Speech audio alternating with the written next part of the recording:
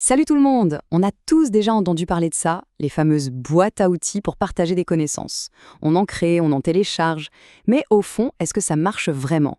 Est-ce que c'est aussi efficace qu'on veut bien le croire? C'est justement la question qu'on va se poser aujourd'hui. Ces boîtes à outils, c'est quoi en fait? Un vrai levier pour avancer ou juste une jolie illusion qui nous donne bonne conscience? Ok, alors pour commencer, parlons d'un premier problème. Un truc que beaucoup de gens constatent sans forcément mettre le doigt dessus. L'illusion de la boîte à outils.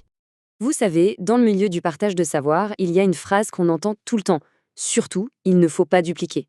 Et pourtant, la réalité est un peu différente. On a quasiment autant de boîtes à outils que de projets. Et comme le dit très bien la source, au final, on se retrouve donc avec des marteaux et tournevis dans toutes les boîtes. Et là, la question se pose, elle est simple, elle est directe. C'est quoi ça, si ce n'est pas de la duplication?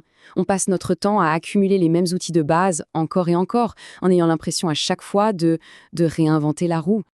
Mais en fait, et c'est là que ça devient vraiment intéressant, le problème, ce n'est pas juste cette histoire de duplication.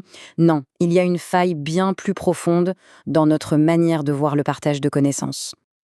Et voilà, on arrive au cœur du sujet. Simplement présenter des outils, expliquer comment ils fonctionnent, eh bien, ça ne suffit pas. C'est pas suffisant. Un mode d'emploi, aussi bien fait soit-il, n'a jamais construit une maison tout seul, on est d'accord? Bon, alors on fait quoi? La solution, en fait, elle passe par une redéfinition totale de ce qu'on considère être le vrai prix à payer pour avancer. Et cet investissement, attention, ce n'est pas une histoire d'argent ou de matériel. Non, c'est le prix du temps. Le temps qu'on prend vraiment pour se comprendre les uns les autres, pour apprendre à collaborer. Et j'insiste sur le vraiment. Et c'est à ce moment-là, quand on accepte d'investir ce temps, que tout bascule. On passe enfin du simple plan sur le papier à la construction réelle.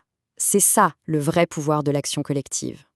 Et l'enchaînement, il est super logique. Regardez, d'abord, on investit le temps nécessaire. Ça nous permet d'apprendre à collaborer. Cette collaboration, elle vient aiguiser notre esprit critique, à tous.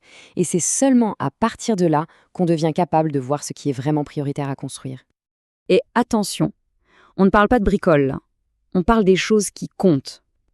C'est exactement comme ça qu'on bâtit une maison solide, qu'on construit un pont pour relier des communautés ou des écoles pour préparer l'avenir.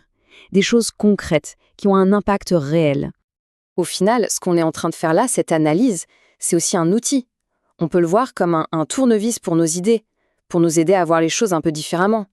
Mais, et c'est vraiment le message central aujourd'hui, un outil, tout seul, ça ne suffit jamais. Jamais. Ce n'est qu'un point de départ. Alors voilà, l'invitation est là. Ne nous arrêtons pas à cet outil. Allons plus loin, construisons la suite, ensemble. Et pour commencer à construire, c'est simple. Chaque geste compte.